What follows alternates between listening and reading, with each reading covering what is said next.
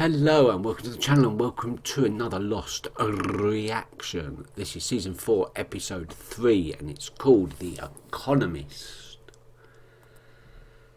And before we get into a recap of what happened last episode, it's story time. If you want to skip ahead to the normal introduction, go there. Otherwise, I'm going to go on a little ramble. It has become necessary. And I actually could tell you what I have to say in a very, very simple way in about 3 or 4 minutes. But I want to do a little bit of a rambling explanation of how I've come to this thought process. So today is Monday the 1st of June while I'm recording this. I was editing the YouTube version of episode 1 on Friday. I was also getting the Patreon version of episode 2 ready on Friday. And I noticed a little mistake I made in the can't remember if it was the intro or the outro to episode 2. I think it was the intro, I'm not sure. Either way, I put a little caption up saying that I'd made this mistake. It was something that Charlie had said, and I'd claimed that he'd said something that he clearly didn't say. And this kind of bugged me a little bit. Okay then, I corrected for the mistake.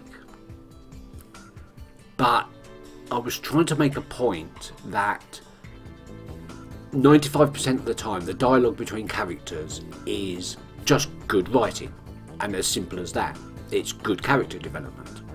But sometimes what a character says and the way they say it and the exact words are important. And while making that point, or very badly trying to make that point, I misquoted a character. That's why it bugged me. So I went back over episode 1 just to check out Hurley's encounters, because while I said that episode 1 was all about Charlie's death, it was kind of all about coming to terms with Charlie's death, but it was all about Hurley and the encounters Hurley had throughout the episode. First off, while I put a big blue screen across the window while I filmed during the day just to block the light out, a lot of light does shine onto the screen. There is nowhere else I can put the computer. I just have to live with it. It means that in the really, really dark scenes, it's really hard for me to make out what's going on, because I'm getting reflections and light shining. I went back and had a good look at the cabin scene.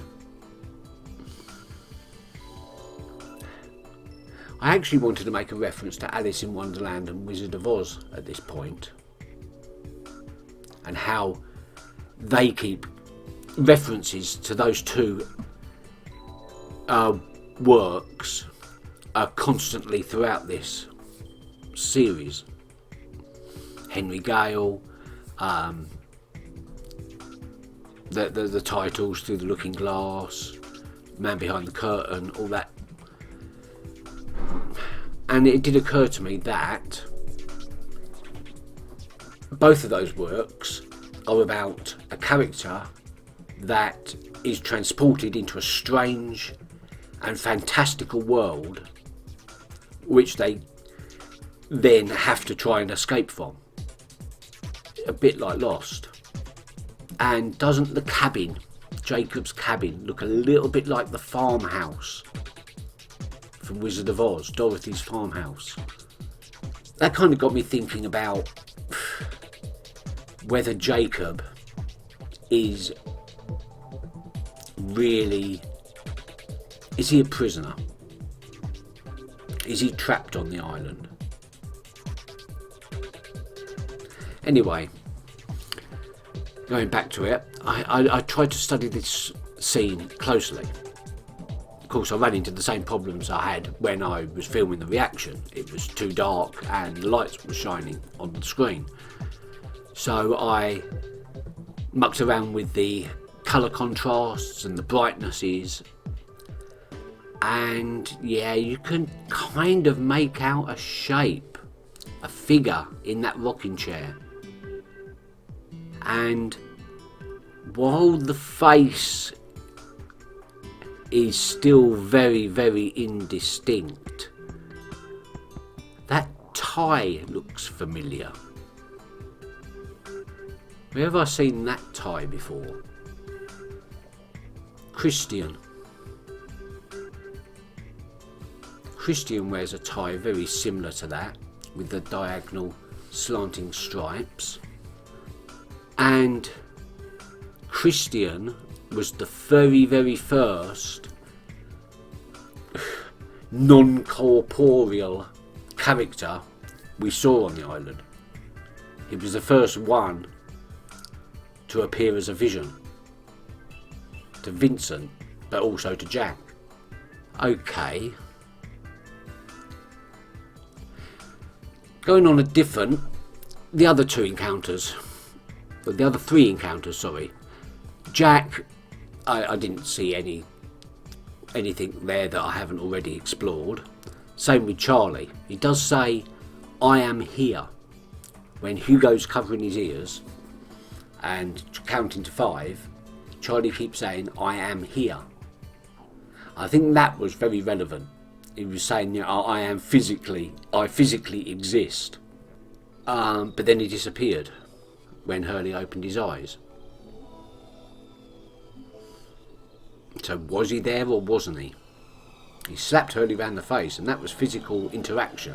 So that would imply that he was physically there. And he kept saying, "I am here." Then he flipped it to "they need you." But it was his encounter with Matthew that I really wanted to explore, because I didn't catch Matthew's surname. So I went back and had a listen. Names. I often assume that writers choose names mostly fairly at random. It's whatever the author can think of at the time that sounds fitting and sounds right, sounds natural. But not always. And I never really took much notice of any of the characters' names particularly. Obviously I heard a few references here and there, but I didn't really think anything of it. So, I'm specifically talking about John Locke. You know, yes, I do know John Locke was a 17th century philosopher, but I didn't really think anything of it because it's a fairly common, natural sounding kind of name. It sounds right. But then of course we have Faraday, and obviously he's got a connection with electromagnetism, electricity and stuff.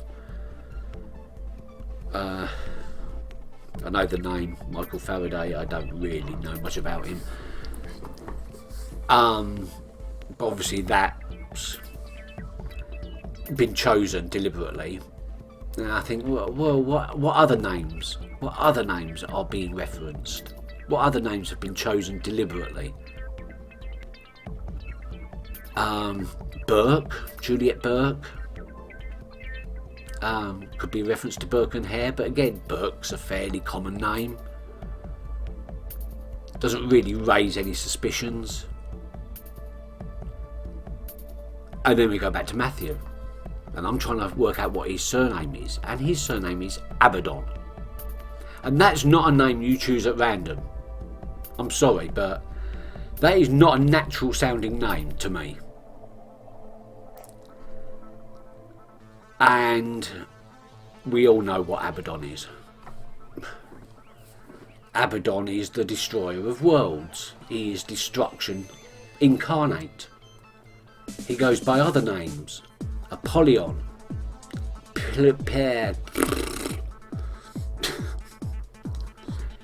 Pilgrim's Progress. My lips are too dry to say that.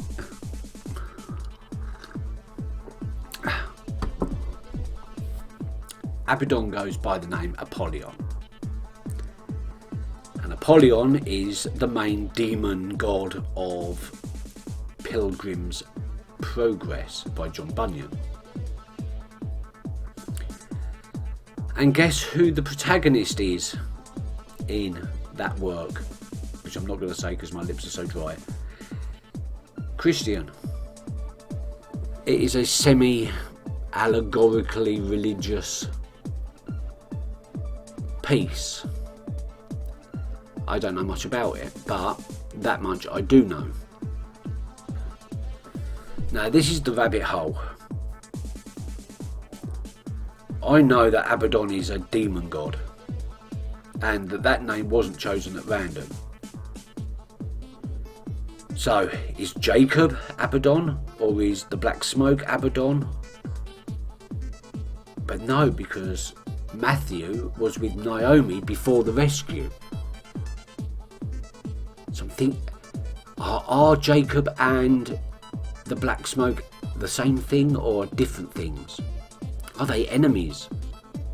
Is Jacob the prisoner and the Black Smoke is the guard? And all the electromagnetism and everything is basically the prison bars. The island is the prison. I don't know where that's going though. That's the trouble. I really don't know where to go with this now. I need more information, but that scares me. Not for the future of the show. I'm sure it's going to be, I'm sure that would make an interesting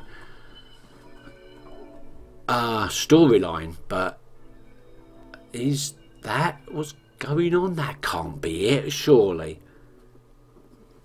Is Matthew Abaddon's name really just chosen at random because it sounded nice, sounded right? Oh, I don't think so. I can't believe that. It's got to be a reference to the demon god, in which case things might just get a little bit too serious here. Des kept saying the end of the world. If he doesn't keep pressing the button, it'll be the end of the world. When they blew the hatch, did they let Abaddon loose? And what part does Ben play in that? And what part does John Locke play in that? That's the bit that I keep coming up. That's the dead end. Okay then, I've talked enough. It's time to actually record an episode now. In the last episode, confirmed dead, we got the backstories of the 4 rescuers that parachuted in. Frank. Oh God, right. I haven't got my notes, and this is ad lib, so I've got to try and drag things from the memory, and I'll just keep talking until I've dragged something up. There was Rebecca Madder. She was Charlotte. There was Frank. There was Daniel Faraday. And there was somebody else. And they had all different stories, all recruited by Naomi for various reasons to capture Ben. And Naomi's either working for or working with Matthew. It looked like working for Matthew. Matthew definitely looked like he was the one in charge, but maybe not. Naomi's now dead anyway. I can't remember who that 4th person is. It'll come back. We've got Dharma polar bears from the Hydra station in the middle of the Tunisian desert. Well, We've got the remains of Dharma polar bears from the Hydro station in the middle of the Tunisian desert.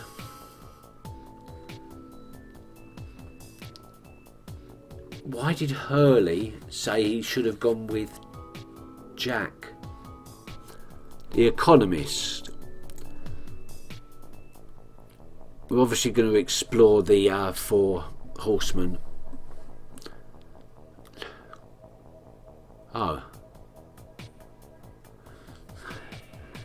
Not Four Horsemen, Four Parachutists. Why did I say horsemen? Are they the Four Horsemen of the Apocalypse? Or Miles? That's it, Miles. The guy that can speak to the dead, apparently. I'm assuming he's not on the island there. I was going to say, they've really done that golf course really nice. Good morning. Good morning. What do you do for a living, my friend? I do nothing. Nothing. Doesn't pay for a vacation here. I was the recipient of a large settlement. Corporate merger? Actually, a plane crash. Oh, this is the future. Oceanic Airlines Flight 815. I'm Syed Jarrah, one of the Oceanic Six. Oh, so, right, he's one of them. Okay. That's... That really unnerved him for some reason. Why is that? Enjoy your round and don't worry about the wager. All in good fun. No, you won. Allow me to pay. It's fine, thank you. I insist, Mr. Aveline. Oh. What? What the hell is going on now? Mr. Drive?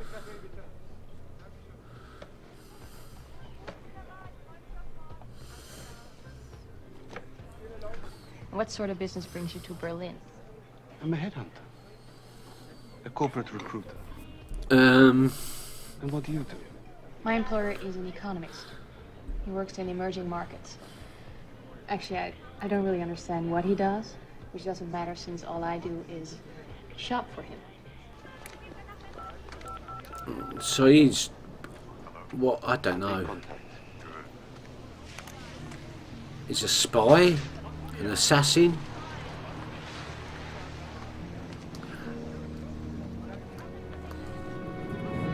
That's what it seems like.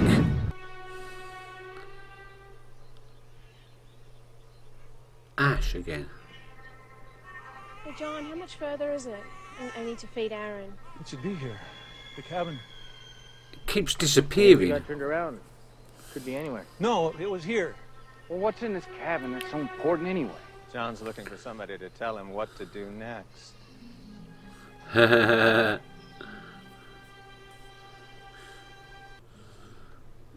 I thought they were me. Oh, This is why I wanted to take you to the opera. we've moved on from the restaurant then. But she's a target. The man can't wear his tuxedo by the fifth date. Why bother? Or she's the means to get to a target. You know what? I'm not bringing it. Tonight's the night he calls. So be it.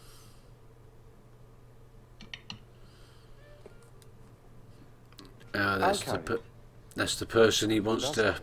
I don't want you hit. to fight over me. You should tell your employer that there is new technology. Well, I've tried. He's very old-fashioned. You know how Oh, bosses can be.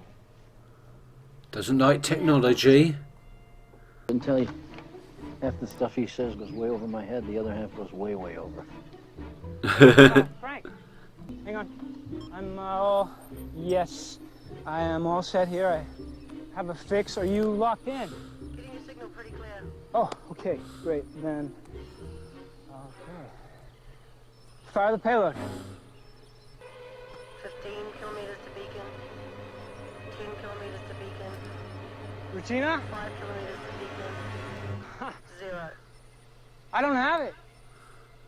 That's weird. That is far more than weird. Okay, it's got lost. I don't know what it was. That was really tense for nothing.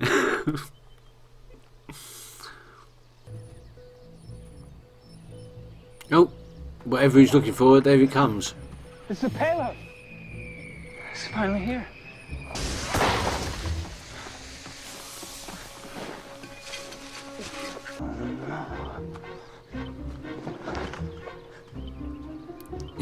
Is it out by like... It's out by 31 minutes? This is not good. Your friends are back. Is it jump ahead?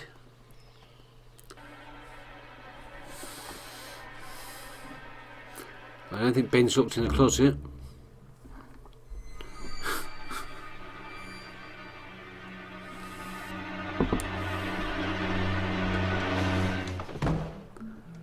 Nope.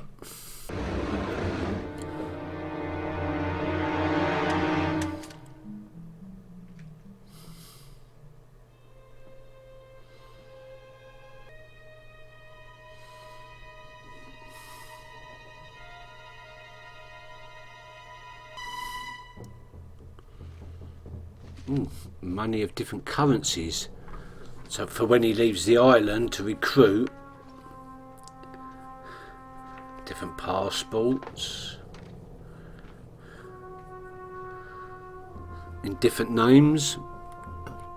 What's that name? Something Sheppy? No.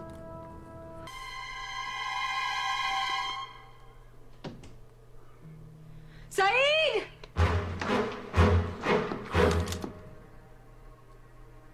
Don't worry, Kate's fine.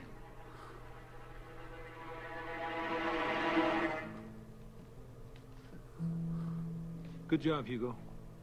Oh, he was bait. Sorry, dude. Interesting what they found in Ben's house though. What are you doing here with Locke? I'm not with him. Yeah, you are, James. And what are you doing with Jack? I went with Jack because I believe he can get us off this island. I guess that's the difference between us. So he doesn't want to leave. I ain't looking to leave. Nothing to I go ain't back got for. Nothing back there for me. What's here that's so much better? Why do you want to go back, Kate? Freedom. Seem to recall you being shuttled off to jail before we landed here. So if you think there's anything waiting for you back home other than handcuffs, then you really Think don't know again. how the world works. That's what I've been saying. She should around want us, to right? stay. We got roofs over our heads. How long do you think we can play house? The rest of your lives. You can do. You could do it. Just don't piss off the smoke. I can save you a lot of trouble, Saeed, because Ben says he's got a spy on the boat. Who? It's a secret. Forgive Is me, it but George? the day I started trusting him is the day I would have sold Or is it this. Regina? Give me Charlotte. Why would I give you Charlotte for nothing? Oh, I think you misunderstood me. I never expected you to give it to me for nothing.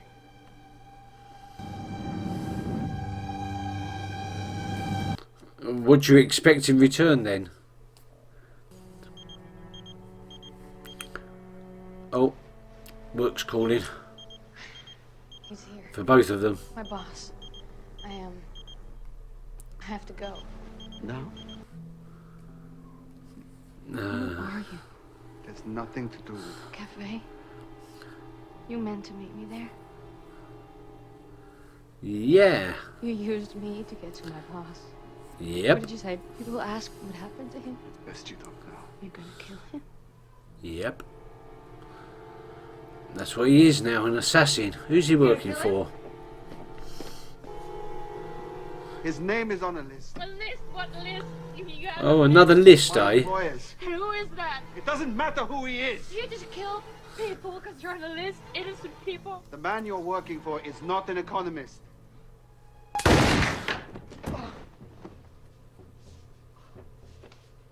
She kept you talking nicely there. He got played.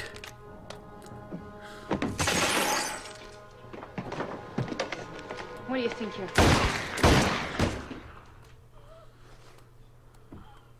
No, fair's fair. Oh well, Alison didn't last long, did she? Just be sure that you follow the same exact bearing that we came in on, okay? No matter what. By that I mean no matter what, just stay on it. Roger that. There's only one clear path out of the island. Because Michael was told that about on the boat. I don't have to stick to the bearing. As much as I like helicopter rides, I think you got this one under control.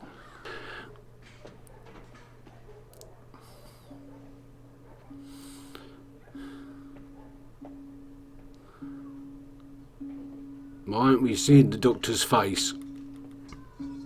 Or any part of him? She wanted to know who I worked for. She wanted to know about you. Yeah, this is what I thought. Ben. Ben. Because it hurts, or because you were stupid enough to care for her? These people don't deserve our sympathies. Ben got off the Did I island. remind you what they did the last time you thought with your heart instead of your gun? You used that to recruit me into killing for you. You want to protect your friends or not, Saeed? What? I have another name for you.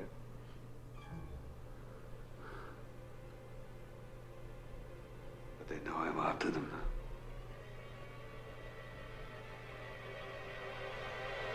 After who? Good.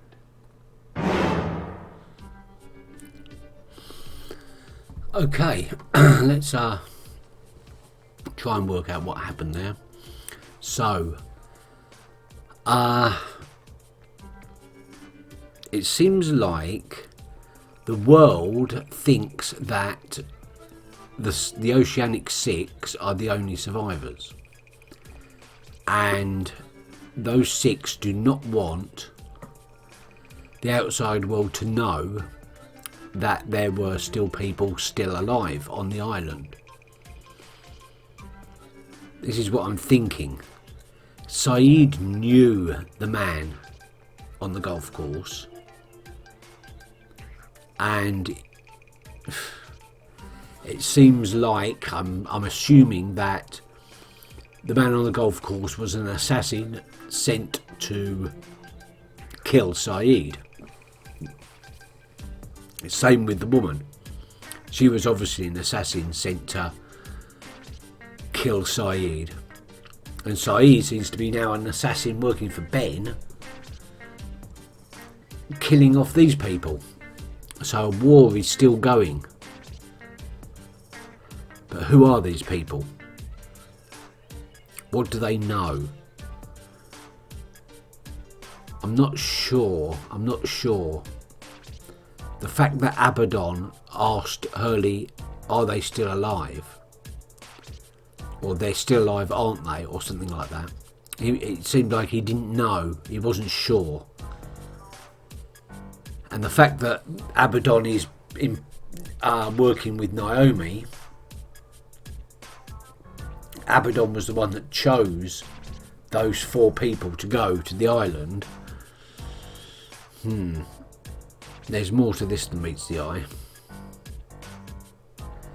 And I'm glad we got the reveal that Ben, it was in fact the person that was hiring Saeed. Saves me having to try and work it out, and I can say without fear of contradiction that I would have got that. I would have got that easily, yeah.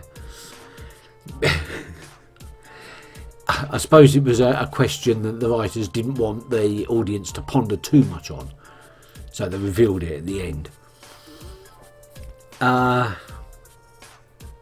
not entirely sure what that means. On the island, Hugo was used as bait to trap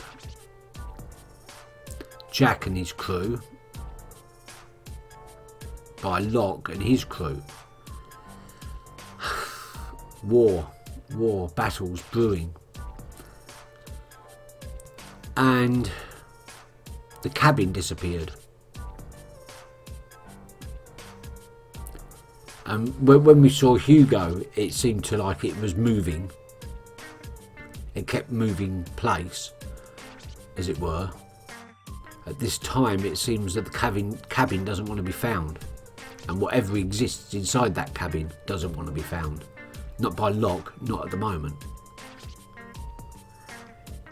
The 4 parachutists. Suddenly remembered, because we was talking about names earlier on in this video, I forgot to mention the 4 parachutists' names. I mentioned Daniel Faraday, being a reference to Michael Faraday, but then you got Miles Strom. Strom is German for electric or electricity or something. So there's a link there. Frank Lepetus. I'm not entirely sure how to spell that, but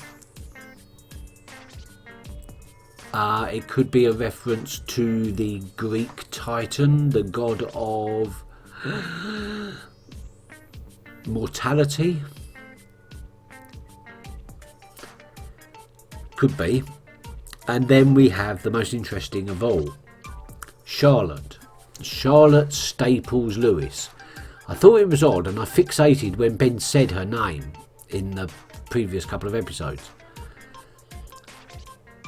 That Staples is a very unusual name. I've only ever heard that one time before as a middle name, and that is C.S. Lewis, writer of The Lion, the Witch and the Wardrobe. And then it dawned on me, Charlotte Staples Lewis, she is C.S. Lewis. And Narnia, that's another story about characters that get trapped in a fantastical world or find a portal into a fantastical world. I'm starting to think that this island doesn't exist in the real world, especially when when Daniel done his little test and the drop didn't arrive, and then when it did, it was out of sync by 31 minutes. That's got to be important, hasn't it? Like it's time jumped, like the island is out of sync in time with the rest of the world. That doesn't make any sense. Pretty sure that Alison was hired by the whatever island. Maybe something to do with Abaddon, because I think Abaddon and the Black Smoke and Jacob, it's no, my brain hurts now. I'm going to leave that train of thought for another time, I think. Keep working on it. I should mention all the other names that I glossed over. So Regina, who we haven't met yet, and Hugo's last name, Reyes, they both mean royalty of some kind. Shannon Rutherford is obviously a reference to Mike Rutherford, lead guitarist for prog rock giants Genesis. Or it could be Ernest Rutherford, the father of nuclear physics. Yeah, it's probably the second one. Desmond Hume is obviously a reference to David Hume, the philosopher who was he believed in a similar philosophy to John Locke, the philosopher. That's pretty much all I know about him. Oh, obviously James Ford. Ford is quite a big name in motor manufacturing. So is Austin, although not as big a name and probably not as well known in America. We've already done the parachutists. That's all I could find. I don't know Rose's surname or Bernard's, or quite a few actually. Littleton doesn't seem to ring any bells, nor does Pace, apart from the obvious meaning of it. Jahar doesn't ring any bells. So yeah, I'm out. If there's any I've missed from the characters we've already met, whose names we actually know, you can now let me know. I thought I'd better cover everything I figured all in one go. There's also Mr. Aveline. Saeed in this episode. Saeed shot that guy on the golf course, the assassin who was sent to kill him, and I'm sure he called him Mr. Aberline. And Aberline was the detective that hunted Jack the Ripper back in 1888. I just thought I'd mention that. Of course, it could have been Aveline. I'm not entirely sure. It's accents and all that. Okay, I'm done. Bye.